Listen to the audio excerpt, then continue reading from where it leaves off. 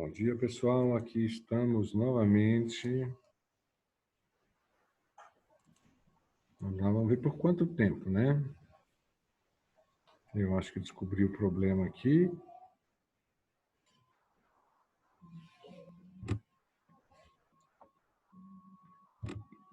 Não sei se vai funcionar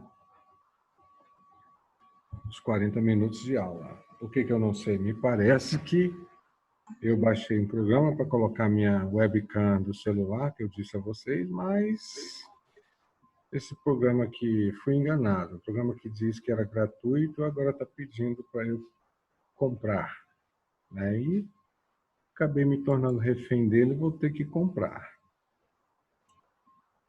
Então, que a gente está aqui já avisar lá no grupo, lá de vocês. Não sei se todos vocês estão no grupo, não sei se esse grupo é oficial. Não é oficial não, né, pessoal? Deixa eu ver aqui.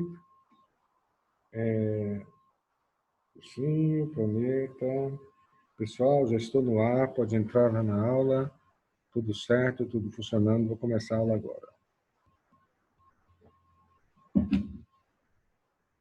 Então, pessoal, vamos lá, então. Vamos começar essa aula, Geografia, parte 2, Guerra Fria. A gente estava parado ali na...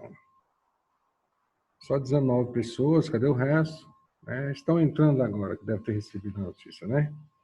Mas vamos lá, a gente pode parar. Passamos, já passamos, já foi.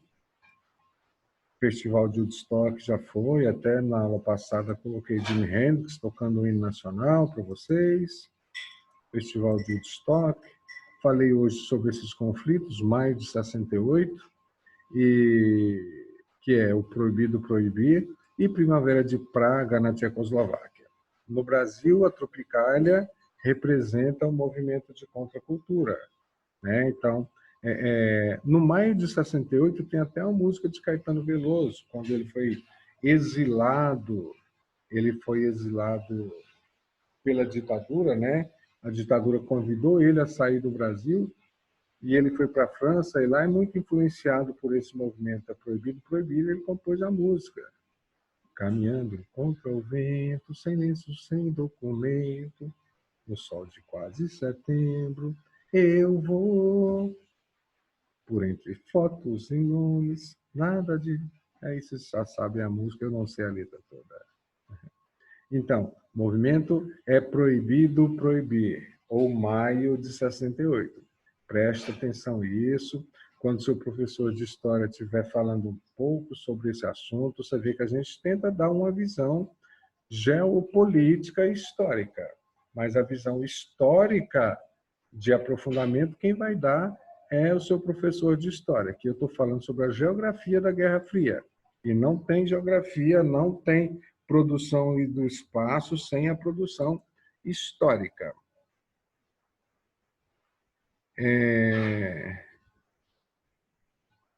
Então, não entendi se falou foi comigo, se falou com alguém lá. Então, aqui a gente tem a Primavera de Praga e o maio de 68. A gente estava começando a falar desse assunto aqui, gente, ó, desse assunto aqui, que está totalmente contextualizado, né? Então, a gente está muito contextualizado nesse assunto. Deixa eu enquadrar aqui melhor. Muito contextualizado nesse assunto, porque nós estamos vivendo o verdadeiro, entre aspas, inferno astral nos Estados Unidos. Profundas manifestações, e manifestações com conteúdos anarquistas, anarquistas não de promover a anarquia, anarquista que é protesto de anarquista, é isso, destruição de propriedade privada para fazer o capitalista sentir no bolso. Então, a gente tem aí, ó, quem foi o pastor Martin Luther King? Foi um líder negro dos anos 60 que conseguiu implantar, conseguiu mudar a Constituição norte-americana. A Constituição dos Estados Unidos ela foi escrita, gente, no final, foi escrita no século XVIII. De lá para cá, ela não teve nenhuma mudança.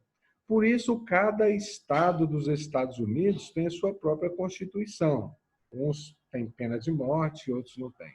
Martin Luther King e seu movimento também a gente tinha duas situações.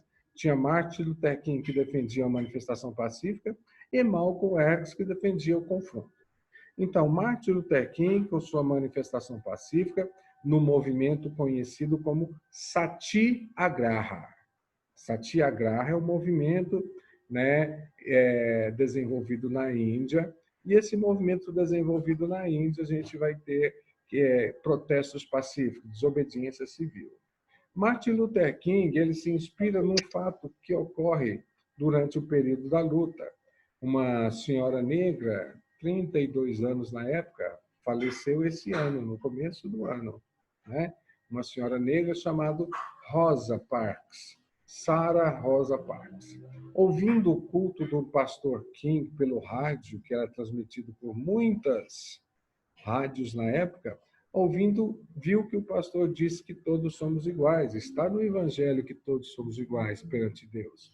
Essa senhora, ela, numa manhã de domingo, mãe de 3 filhos, ela pegou um ônibus e o ônibus estava vazio. E ela olhou para um lado e para o outro, pagou a passagem com o ônibus vazio, sentou num banco destinado a pessoas brancas. Que eram aqueles bancos mais à frente, que eram aqueles bancos mais confortáveis, que eram aqueles bancos almofadados. E aí, uma senhora que estava no ônibus também, branca, se sentiu ofendida com a desobediência civil da negra, da senhora negra, e exigiu que ela sentasse na parte destinada a negros. Ela não saiu do lugar, recusou-se a sair do lugar porque ela tinha ouvido já do pastor King que todos são iguais. Então, nessa contextualização aí, ó, o que vai acontecer? O motorista dirige o ônibus até a delegacia e aí são necessários 4 ou 5 policiais brancos, logicamente, para tirar ela de dentro do ônibus na base da porrada. Ela ficou quase 60 dias presa por desobediência da ordem. Sofreu tortura, sofreu espancamento, porque ela desobedeceu uma ordem pré-estabelecida. O que o pastor King fez para pressionar o mundo, pressionar o governo? Ele aproveitou-se desse fato e convocou todos os simpatizantes da causa negra, né? Todos os simpatizantes da causa negra iriam fazer uma greve do uso de ônibus. Então, as pessoas, tanto os negros quanto os brancos, você viu também a quantidade de brancos que está envolvida nessas manifestações negras nos Estados Unidos. Então, tanto os negros quanto os brancos, eles iriam boicotar os ônibus.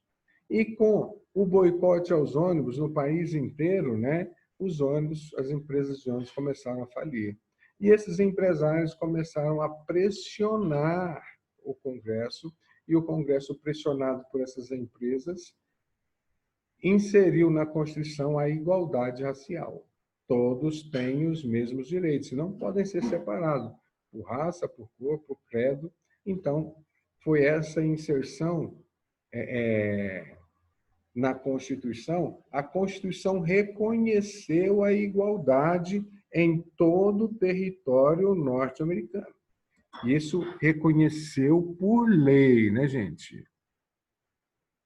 Esse contexto era o apartheid.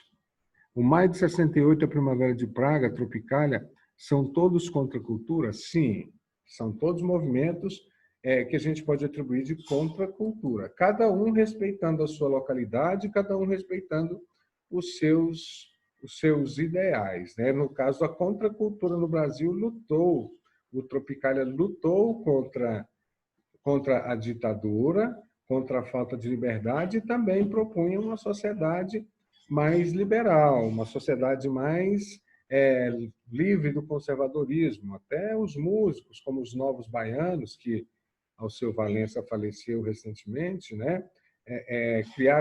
Tentaram mostraram uma nova forma de família, onde vários casais moravam isolados no sítio e mantinham relações de poliamor entre eles, né? E isso chocou muito a sociedade conservadora no Brasil. Você vê Ney Matogrosso, né, não assumindo a homossexualidade, mas vendo aquela situação andrógena, né, aparecendo ali como um andrógeno e mascarado com secos e molhados, fazendo aquelas letras e aquelas músicas maravilhosas, levando ao público ao delírio. E hoje ainda tem gente que se escandaliza com Pablo Vittar, né? Então, é tudo uma questão de preconceito, viu, gente? Então, a gente vai ter, cada localidade, esses movimentos tem uma luta própria, mas sempre juntos, ligados com o mesmo objetivo no mundo todo, né? Então, a gente respeitando as espacialidades de cada um, a gente vê que nessas espacialidades de cada um a gente tem o movimento chamado de contracultura. Bom, só respondendo à outra pergunta ali, qual foi a outra pergunta? Esse contexto era do apartheid? Sim, também. O apartheid, ele é um sistema que se introduziu na África do Sul e só em 94, gente, 1994, que o apartheid vai deixar de existir de forma oficial. Tá? Então, era o contexto do apartheid. Nelson Mandela já estava sendo preso, acusado de criminoso por organizar manifestações contra o apartheid. Nelson Mandela, naquela época, ele era um comunista, ele acreditava que levar a África do Sul ao bloco socialista daria mais oportunidade aos negros, já que a gente tem o quê? No comunismo, a proposta era tomar as propriedades privadas, de redistribuir a renda. Então, Nelson Mandela era contemporâneo disso aqui e tinha a mesma luta de Malcolm X, não a mesma luta de Martin Luther King. Hoje, a sociedade capitalista, até o João Gabriel pode falar isso melhor com vocês, minimiza Nelson Mandela e só retrata Nelson Mandela como sendo um Mandela já depois de muita prisão, muita pacificação e muita evolução de espírito, né? O grande defensor da paz. Mas eu tenho certeza que Mandela não gostaria de ser lembrado como um santo. Ele preferia ser lembrado como um guerreiro, como um guerreiro. Sim, você pode falar que o racismo nos Estados Unidos era constitucional. A Constituição do século XVIII nos Estados Unidos não colocou... A Constituição americana é assim, gente. A Constituição americana é bem concisa. Ela cabe, no máximo, em 2, 3 folhas de papel chamex. Ela fala que pode isso, pode aquilo, pode isso, pode aquilo. Entendeu? Então, ela é muito pequena. Por isso que cada estado dos Estados Unidos tem uma constituição própria. Isso é o contexto. O Brasil tenta imitar isso aí de república federativa. Então, a Constituição limita algumas coisas. E a Constituição americana, hoje, ela diz que todos são iguais. Hoje, perante a lei americana. Todos são iguais e todos têm o mesmo direito. Mas a gente sabe que não é assim, mas ela diz que todos são iguais e têm o mesmo direito. Então, nos Estados Unidos, nenhum estado americano pode criar leis segregacionistas depois da Constituição. Antes da Constituição era à vontade, né? Então os caras criavam leis absurdas, tinha até universidades para negros, cursos específicos que negros podiam fazer, escola para branco, escola para preto, né? Bebedouros separados, lugares nos ônibus separados, a infraestrutura educacional, a infraestrutura de saúde, né? Então, a gente tem muito isso aí, viu?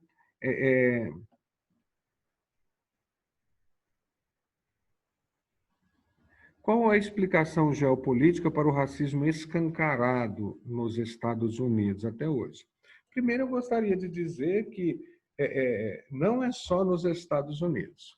Nos Estados Unidos, ele é menos escancarado do que aqui. porque nos Estados Unidos o negro se posiciona e o branco se posiciona, né? Então, o negro se posiciona e o branco também se posiciona. O branco racista se posiciona e eles veem isso como sendo uma liberdade de expressão. Então, eu não posso, você odeia negro, eu não posso fazer nada lá nos Estados Unidos. É um problema seu. O que eu posso odiar negro à vontade, como eu odeio o coleguinha do lado, como eu odeio a ex-esposa, como você odeia quem quer que seja na personalidade política, isso é um direito seu. O que eu não posso é propor políticas segregacionistas e defender essas políticas segregacionistas. Então, no Brasil, tem esse racismo idêntico ou talvez pior. No Brasil, os movimentos negros são muito desorganizados, apesar de estarem em constante luta, têm propostas diferentes, não conseguem uma unificação, são resultantes de um passado histórico de segregação, né? A gente vê que a maioria da população negra no Brasil não tem chance alguma, estão na cadeia ou estão nas comunidades, são a população carcerária, né? A questão de emprego, muitas vezes as empresas selecionam pessoas pela cor. Você chega, um jovem negro chega com um currículo bom e um jovem branco apresenta a mesma questão de currículo. Na entrega do currículo, a secretária muitas vezes recebe, sorridente, passa o currículo para o departamento pessoal, o departamento pessoal simplesmente diz: esse está eliminado por causa da cor, por causa da aparência, né? Inclusive, o professor Dumas, que participou de uma live ontem no canal Magel, a gente vai postar a live depois para quem quiser assistir, a gente vai postar no YouTube. Uma vez eu estava num debate não, numa conferência da UFG para jovens publicitários, do curso de publicidade. E aí o curso de publicidade, essa questão de marketing digital, essa questão de canal no YouTube, me chamaram, né? E chamou o professor Dumas. O tema era o papel do jovem negro na publicidade. E eu fiquei assim muito constrangido com um conselho que o professor Dumas deu para um jovem, que me levou a pensar nessa sociedade que a gente vive até hoje. Um jovem levantou, depois da palestra, abriu-se as perguntas, e um jovem levantou a mão e fez o microfone, foi até ele, e ele perguntou para o professor Dumas: como nós, negros, podemos fazer para ter chance de entrevista, para ter chance no mercado de trabalho, maior chance no mercado de trabalho, maior chance de competição? Sabe qual foi a resposta do líder, de um dos líderes de movimentos negros no Brasil, né, que a gente está sempre junto com ele, lutando? A resposta foi a seguinte: não coloquem foto no currículo. Cara, me doeu o coração isso. Não coloquem foto no currículo. Deixem eles se espantar com sua capacidade, com os cursos que você apresenta e te chame para a entrevista. E você já entra na entrevista perdendo de 3-0. Você tem que arrebentar na entrevista para conseguir um emprego de um jovem branco. É o que muitos jovens brancos falam: Rocha, eu não sou racista, eu não tenho culpa se meu avô, meu bisavô, meu tetravô tinha escravos, isso não sou eu. Tá, ninguém está te acusando, jovem branco, de racista. Você não é racista, mas você não pode negar que uma sociedade construída com base no racismo te privilegia. É isso que a gente tem que entender. Então, o racismo dos Estados Unidos, ele é, sim, violento. Por quê? Porque tem mais reação dos negros. E a reação dos negros não é só indo para o debate, indo para o amor, indo para a conscientização. Eles adotaram principalmente uma forma de luta, agradecem muito Martin Luther King, mas estão muito mais ligados aos Panteras Negras, a Malcolm X, né? Como eles têm direitos iguais, o norte-americano, todo norte-americano luta por seus direitos. Ele aprende isso na escola, ele entende isso na educação. Então, por isso, os caras vão à rua, os caras enfrentam na base da porrada. né? Imagine isso aqui no Brasil. Então, o mesmo caso que aconteceu com o segurança nos Estados Unidos aconteceu no Brasil uns 3 a 4 dias antes, gente. O jovem Pedro, que foi morto dentro de casa numa favela. Na mesma condição, nesse final de semana, ou ontem, ou domingo, não sei, você viu como um empresário de um bairro nobre, ele é tratado pela polícia. Será que o policial ou a equipe de policial ia ter toda aquela paciência com um senhor negro da favela alcoolizado? Então, isso é uma relação, é uma questão cultural. O negro americano tem um histórico de luta e um histórico de conscientização maior do que o negro de qualquer outro lugar do mundo. É essa a situação, por isso que lá tem muitos conflitos. Mas não vamos levantar a ideia de que o racismo lá é pior do que aqui, né? Então, o que você acha sobre os protestos que estão acontecendo nos Estados Unidos? Bom, são protestos que estão reunidos não só a questão racial, estão reunidos também a questão econômica, a insatisfação política, porque a gente está vendo aí, saem às ruas, destroem propriedades privadas, entram em conflitos, né? São protestos que estão envolvidos várias situações. A questão da morte do negro, todo dia nos Estados Unidos morre negro daquela condição, ou no Brasil, gente. Todo dia você vê notícia de jovem negro morto na favela. A possibilidade de um jovem negro no Brasil ser assassinado, independentemente da condição social dele, é 3 a 4 vezes maior do que a sua, jovem branco, antes de completar 25 anos de idade.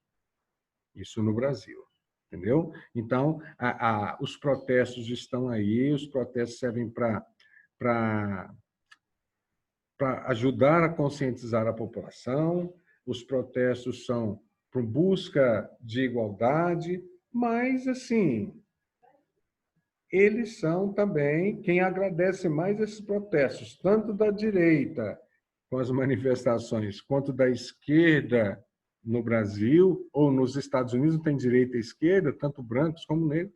Quem agradece essas manifestações nesse exato momento é o Covid. O Covid está batendo palma para qualquer tipo de manifestação. E no Brasil, o pessoal já perdeu o medo também, né, que de tanto ver o extrema-direita fazer manifestação, os extrema-esquerda ou os esquerdas decidiram também ir para as ruas para combater essas manifestações. Está aí os grandes imagens que vocês estão postando aí, antifascista. É lógico, é bom, é um movimento de conscientização, saber o que é fascismo, lutar contra ele, mas assim a gente tem uma questão que a luta no Brasil é por rede social. Fica aí a crítica, ninguém vai para a base mesmo, né? Eu sempre achei que os Estados Unidos era um dos países mais racistas do mundo. Pois é, gente, não é. Não é. O racismo dos Estados Unidos, ele é até mais aceitável e, entendo o que eu vou dizer, pelo amor de Deus, e mais justo. Não tem racismo justo. Eu estou dizendo que o negro nos Estados Unidos, ele sabe qual empresa ele tem chance. Lá nos Estados Unidos, eles sabem, desde que nasceram, que não tem chances iguais. E aqui no Brasil? Aqui no Brasil, defendem a tal da meritocracia e acham que a chance igual é para todos. Trabalho, não tem crise que resista. Você que lute, corra atrás dos seus sonhos. Eu sou rico porque eu trabalhei. Quer dizer que eu sou pobre porque eu não trabalho, gente? Tem 30 anos de educação, sempre inovando, tentando inovar, tentando levar conscientização para vocês. Eu sou pobre porque eu não trabalho? Não é isso, né, gente? Então, aí a gente tem essa situação. Então, entenderam Malcolm X, como é que ele conseguiu mudar a Constituição, e Malcolm X e Martin Luther King foram contemporâneos entre si e adotavam formas diferentes de luta. Malcolm era um pastor, um pacifista, e defendia e aprendeu com Gandhi, lá na Índia, o Satyagraha, que é um movimento de protesto pacífico que vai atingir as estruturas econômicas das sociedades que vão ter que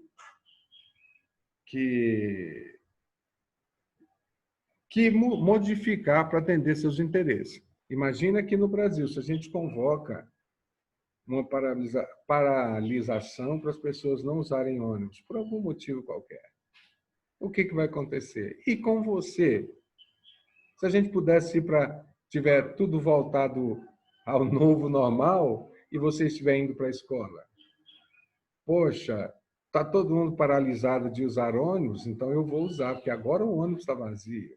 Agora tem lugar para sentar, ele passa na hora certa. Então, é a falta de conscientização, a falta de cidadania, né, gente? Infelizmente, a gente não pode dizer que o racismo é só por falta de educação, gente. O racismo é por personalidade também. Porque se fosse só por falta de educação, eu não teria secretários formados, pós-graduados, mestrados racistas. Eu não teria líderes racistas. Eu não teria... É uma questão de caráter. É mau caráter mesmo o racista. Simplesmente isso. Bom, continuando aqui a nossa aula, vamos ver aqui, ó, Malcolm X. Malcolm X é outro líder do movimento negro nos Estados Unidos que vai inspirar o mundo inteiro. Uma vez antes de reconhecer, ele já partia para a luta contra as forças que oprimiam os movimentos negros, e depois que Martin Luther King conseguiu estabelecer a igualdade na Constituição, ele viu que todas as pessoas, agora oficialmente no país inteiro, pelo menos através da lei, e não através da cultura, pelo menos através da lei, poderiam ser considerados iguais. Então, Martin Luther King, que fazia um movimento que, se alguém bater na sua face e ofereça outra, Malcolm X dizia, se alguém bater na sua face, dá um murro na cara dele. Então, aí eu tenho, entenderam, amável? Professor Xavier e Magneto. Olha a cara do Magneto aí, ó. Então, o Magneto do mundo dos quadrinhos e a questão racial está aí, Malcolm X. Então, a gente tem toda essa contextualização das lutas raciais. A partir desses caras aqui, ó, a partir de Malcolm X, surgiu um movimento considerado perigosíssimo nos Estados Unidos. Vocês já viram falar dos Panteras Negras?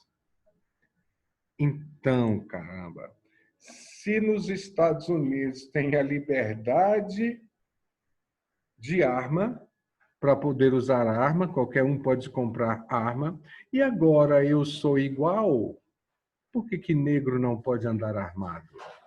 Então, os Panteras Negras foram movimentos armados norte-americanos.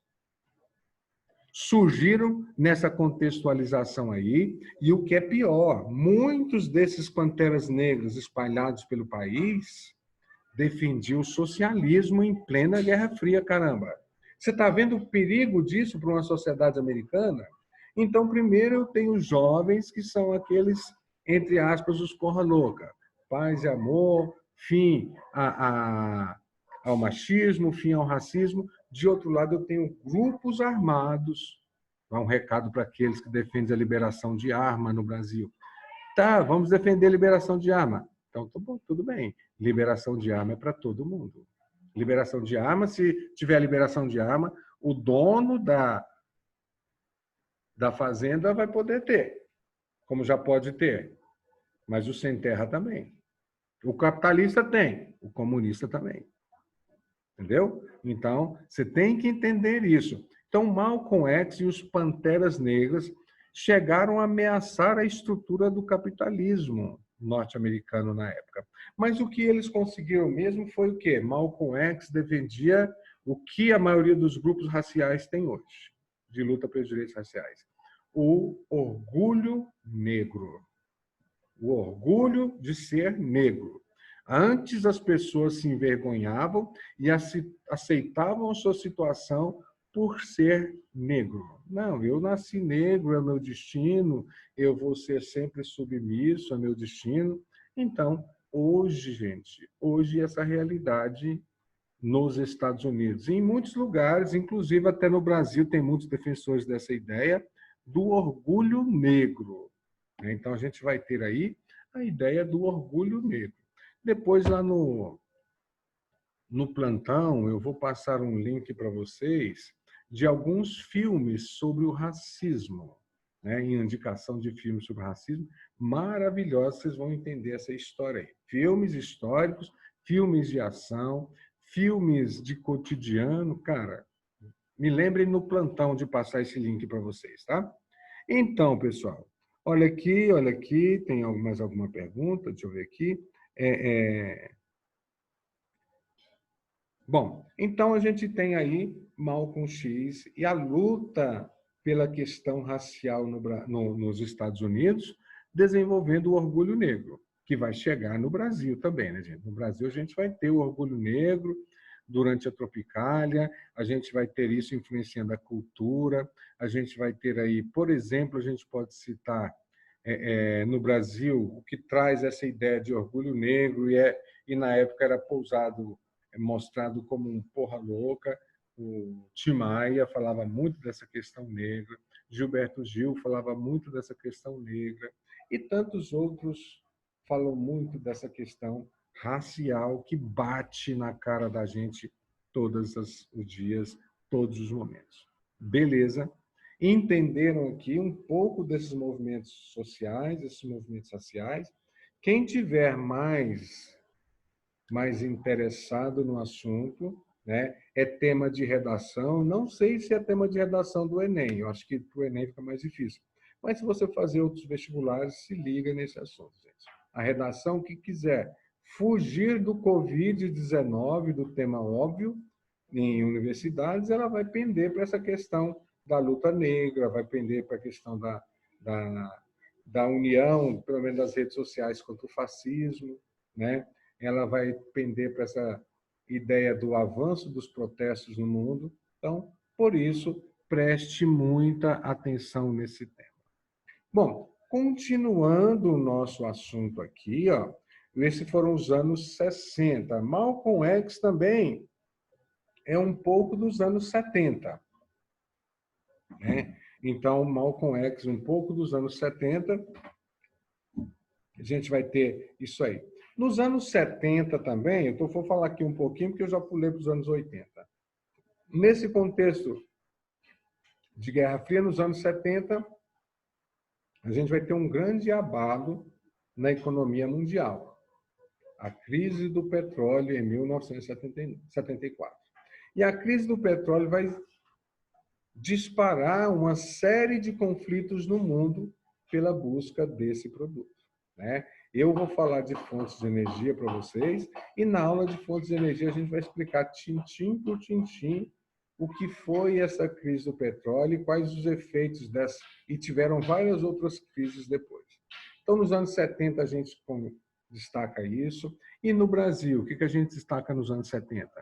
No final dos anos 60, 1969, o AI-5, o Ato Institucional número 5, e em 1970, início da guerrilha armada no Brasil. Sim, gente, no Brasil teve guerrilha, né? Então, o início da guerrilha, nós temos dois tipos de guerrilha no Brasil, contra o governo militar, a guerrilha rural e a guerrilha urbana, né? Então, a gente tem